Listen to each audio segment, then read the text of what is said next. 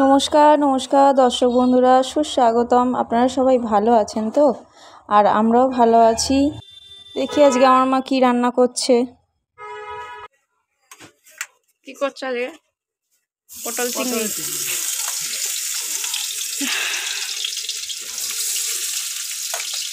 তা অলরেডি মা নুন দিয়ে পটলগুলো ভেজে নিয়েছে, সামান্য নুন দিয়ে। এবার আলুগুলো ভাজছে।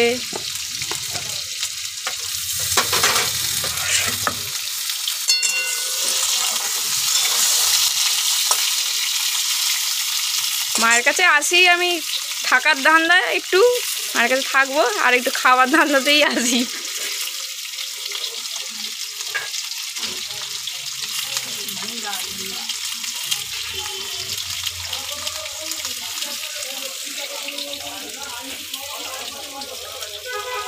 মায়ের দিয়ে পেঁয়াজ কাটছে বসে।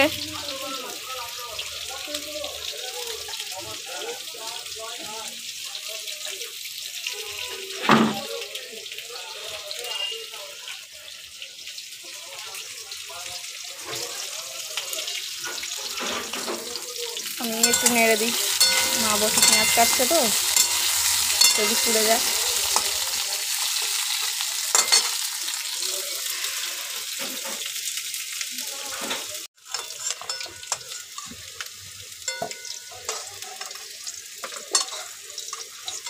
আলুগুলো তুলে নিচ্ছে মা,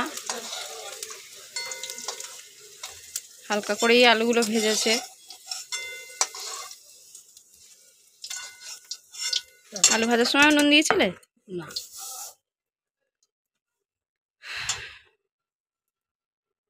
আর একটু তেল দিয়ে দিচ্ছে, তেলটা একটু কম ছিল, আলুটা ভাজার পর তেলটা একটু কম ছিল, একটু তেল দিয়ে দিল।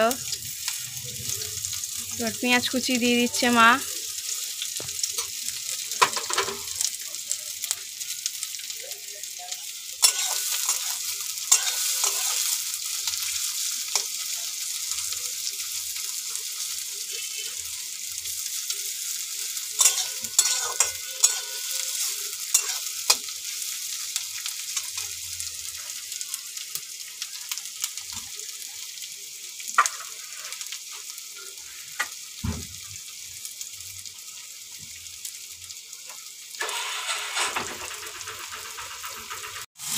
পেঁয়াজগুলো লাল লাল করে একটু ভাজা হয়ে গেছে।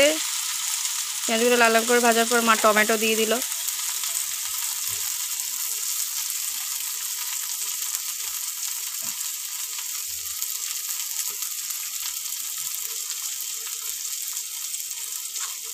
একটু সামান্য চিনি দিয়ে দিল।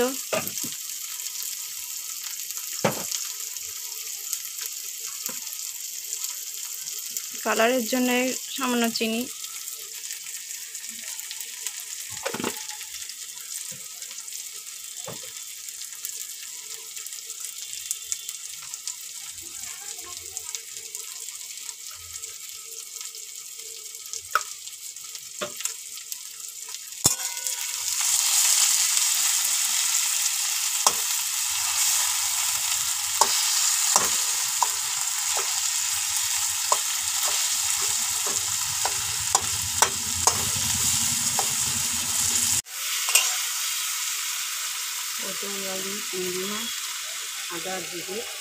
তো এখানে আছে পটল ভাজা, আলু যেগুলো ভেজে রেখেছিল সেই আলু ভাজা পটল ভাজাগুলো দিয়ে দেওয়া হলো। তার সাথে চিংড়ি মাছ, হলুদ, একটু সামান্য লঙ্কা গুঁড়ো, জিরে আদা বাটা একসঙ্গে দিয়ে এবার নাড়াচাড়া করছে মা।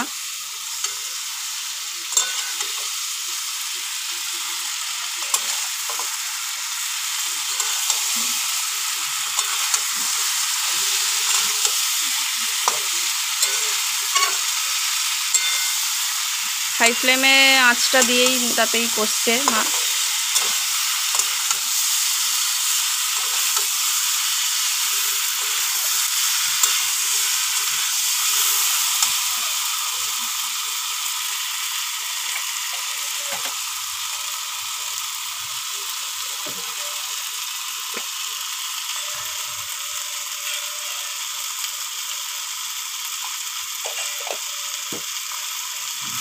স্বাদ মতো নুন দিয়ে দিল।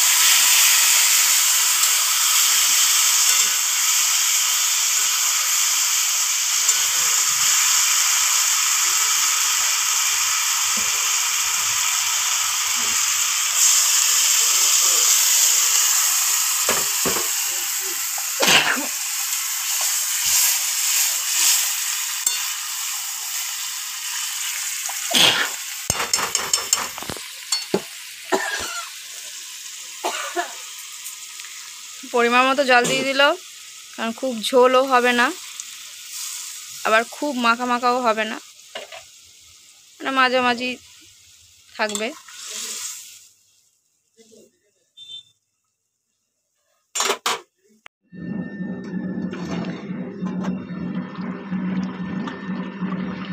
প্রায় 5 মিনিটের মতো ঢাকা দিয়ে আলুটা সেদ্ধ করা হয়েছে।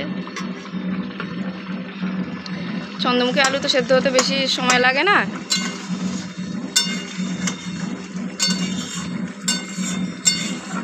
আচ্ছা, আপনারা কোন জাতের আলু খান? চন্দ্রমুখী না জ্যোতি না অন্য কোনো জাতের আলু খান? কমেন্ট করে জানাতে পারেন। তরকারিটা হয়ে গেল কমপ্লিট। মা গ্যাস নিভিয়ে দিয়েছে, শুধু গরম মশলা দেওয়াটা বাকি।